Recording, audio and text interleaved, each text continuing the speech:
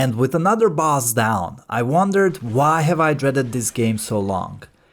Why was I afraid of playing it, thinking it would be difficult? That's how I feel every time I defeat a boss. But oh, the joy of dying to a random skeleton and failing 100 times against the same boss. It's like a never-ending comedy show starring me as the punchline. Every time I think I've got the tactic down, I die in some new, inventive way. Every time I think I'm Denzel Washington in Man on Fire, the game reminds me that I'm not even the main character in glitter, let alone some hero. But let's kick back and relax in the Firelink Shrine before I get my ass handed to me again. I've used all my Titanite shards to reinforce my swords to an astonishing +5. I bet some Asian kids in preschool would have already had +10 for ages. And here I am, feeling like I've reinvented the wheel. The game probably laughs at my +5 swords, while those preschoolers are out there single-handedly defeating bosses in flip-flops without breaking a sweat. Meanwhile, I'm over here treating every skeleton like it's a final boss. Truly, I'm living the Dark Souls dream.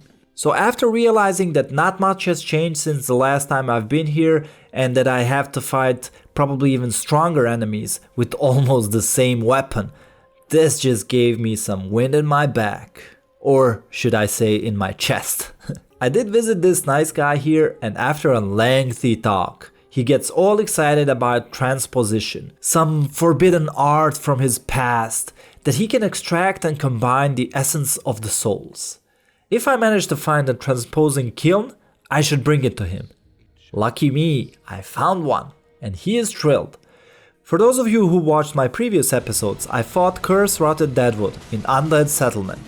It's an optional boss, but if you want to use transposition, then he's your guy. Don't worry, he's one of the easier bosses, so if you missed him you can watch the video I've linked on the screen. What the fuck is transposition, you asked? At the time, I had no clue. And I had to ask my good friend Google. And it basically helps you get better gear by using souls of the defeated bosses. Unless... well, I'm an idiot. You are at the wrong place if you came here to learn how this game is played. Everything I do it differently and you'll be fine. Now that it was already too late, I only did the one thing I could. Level up with my souls. Cash rules everything around me. In my defense, there was not much room for improvement. But it would be nice to know my options before I blow them all to dust. Anyway, I leveled up my Vigor, and that's pretty much it. I then went back to where I defeated Volnir to continue my journey. After climbing these stairs, I was faced with the most beautiful view in this game so far. After a moment of admiration, it was time to go back to reality. I felt like something was going to fuck me up. And it's gonna be soon. Bring a doll to be granted passage. At first I thought, what the fuck, and then I realized while I was crossing the bridge I heard this harrowing sound which made me turn around. And thought to myself, I should have found the freaking doll. Although his attacks took 1/3 of my health, I felt confident in killing him. Little did I know that there was an actually much easier way and that I already had a doll. But hey, it's a typical noob day in Dark Souls 3, and I'm the one getting served. First couple of tries were no fun at all. This one was nasty. I think he broke my every bone. I wonder if it hurts. I don't remember signing up for a chiropractic treatment. After a few more tries, I finally got him. Sure, there was an easier way, but where's the fun in that? Clearly, I prefer my victories with a side of suffering. Well, there was at least something good about this encounter. I got a Pontiff's right eye. Not the literal eye, but a ring. And quite a good one, if you ask me. I lit the next bonfire and thought I should get back to Firelink Shrine. I mean, I did get 2 bonfires close to each other, that means the next one is light years away. I put 1 point in the strength and explored some fashion choices. At this point I realized that armor is not really that important, especially if you are rolling and evading. You should probably opt for some lighter armor choices to roll easier. To this point, I had no clue that the gear affects your rolling abilities. Yep, I sucked that much. After trying out Ninja Turtle outfit, I decided to return to my previous one because it looks cooler, although I switched my hat for a lighter one. And honestly, I like the Indiana Jones look on this one. Confident in my looks, I forgot that the game is all about skills and not skins. And the Pontiff Knight reminded me of that. After almost instantly dying, I did the honorable thing. I ran. I did try to fight them, but the outcome was inevitable. I was not ready. So what do you do if the enemies are overpowering you? Simple! You don't level up, instead you keep trying until you lose all your nerves. And then try some more, because who needs sanity anyway? Welcome to Dark Souls 3, where the frustration is just another word for fun. I just got my ass handed to me more than I would like to admit until eventually I killed all 3 of them. For the last night I used the club tactic because it breaks the shield easier, and if you're good, which I was not, you can switch to the sword fast and execute him. But like I said, I'm not good. Come to think of it, I'm struggling with literally the first enemies in the zone, and I can't think what horrors await for me ahead. But I guess there is only one way, and it's forward. And sure enough, Hans with the Flammenwerfer comes into play. After a lot of running around, and I seriously mean it, a lot of running around, I swear I was fighting him for like total 10 seconds, and the remaining 2 minutes of the fight I was running around avoiding the fucking flames. Felt like I was playing Super Mario for a second. And to put a cherry on top of the cake, there were these zombies as well to fuck me up. I put him to sleep eventually, feeling like a hero for about 2 seconds, only to meet the next one lurking around the corner. Lovely. Just what I need. Another instant reminder that the Dark Souls 3 is the gift that keeps on giving. I had a lot less trouble with this one because he was alone, and I already kinda knew the tactics to fight him. It's simple, don't die. My confidence grew, and it meant only one thing: something is going to crush my dreams. And it's going to happen soon. And then these 3 gentlemen introduced themselves to me. As if 2 nights were not enough, I had to deal with Mr. Hans as well. It soon turned out to be a sprint race, and the reward was my life. Of course I lost when I ran against Sacha Baron Cohen in Dictator. So I ran straight back to them and get my souls and get fucked again. It only led to the inevitable, losing all my souls. I think I lost at least 200,000 souls so far. But who's counting, right? With nothing to lose, I decided to try different tactics. I also tried using the shield for the first time in the game. It didn't work well, because I had no clue how to use it in the first place. I also tried different weapons, and it sucked bad. At the end I returned to the good old twin blades. Only thing I was remotely good with. I didn't want to skip much because I knew I sucked against every single opponent in this zone.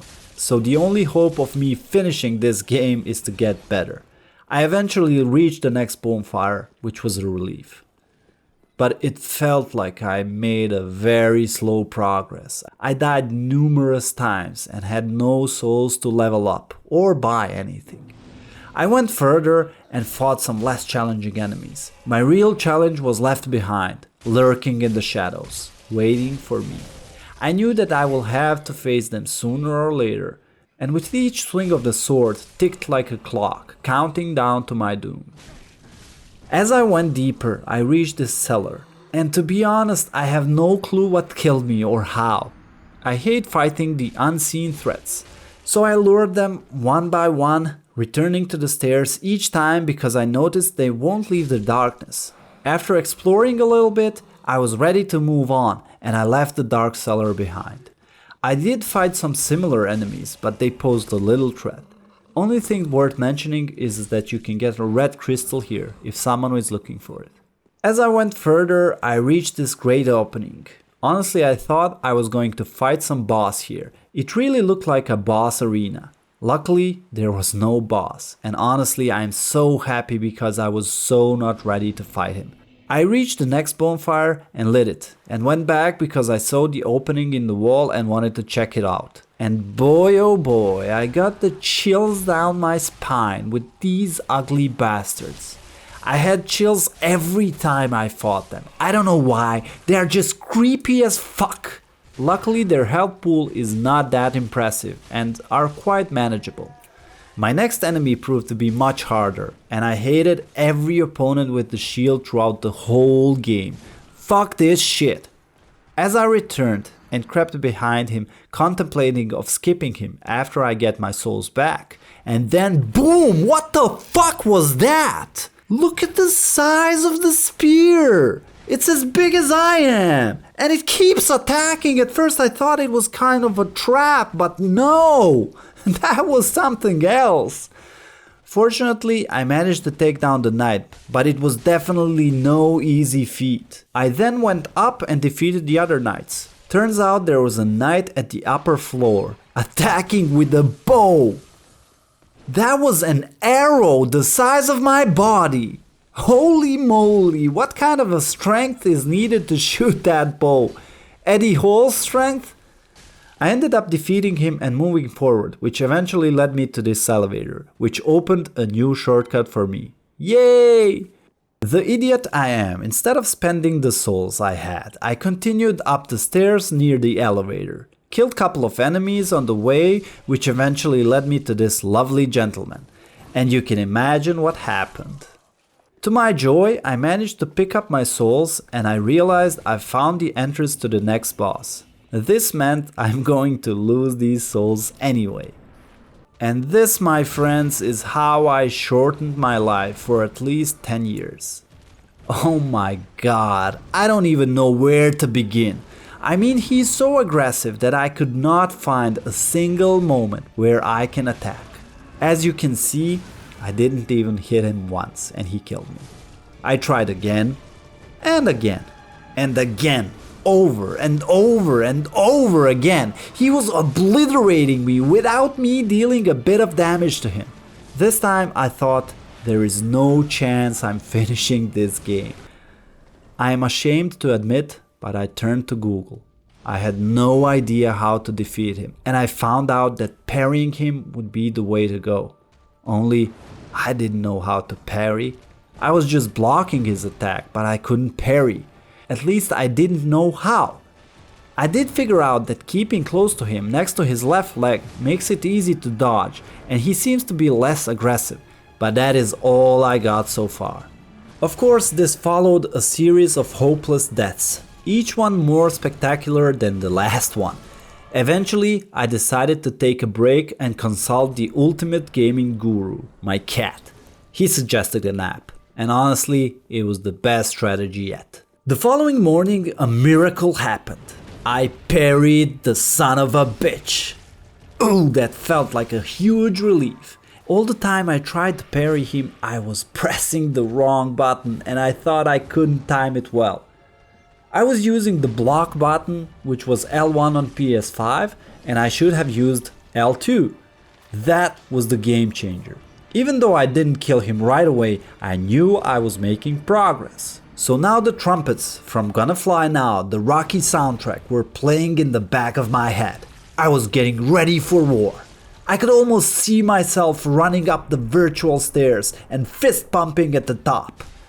Every parry felt like a small victory, each dodge a triumph. I could hear my inner coach shouting motivational quotes, most of which were suspiciously cat-related. You've got this. Swipe like a cat with a new toy. Pounce like a feline on a laser pointer. I was finally in the zone, and with each successful parry, I got closer to victory. And if I could do this, who knows what else I could achieve. Maybe next time I'd learn how to cook a decent meal or finally assemble that IKEA furniture correctly. The sky was the limit. This tactic got me to the second phase. Although at the start I didn't know, but during his transformation you can put some good damage in.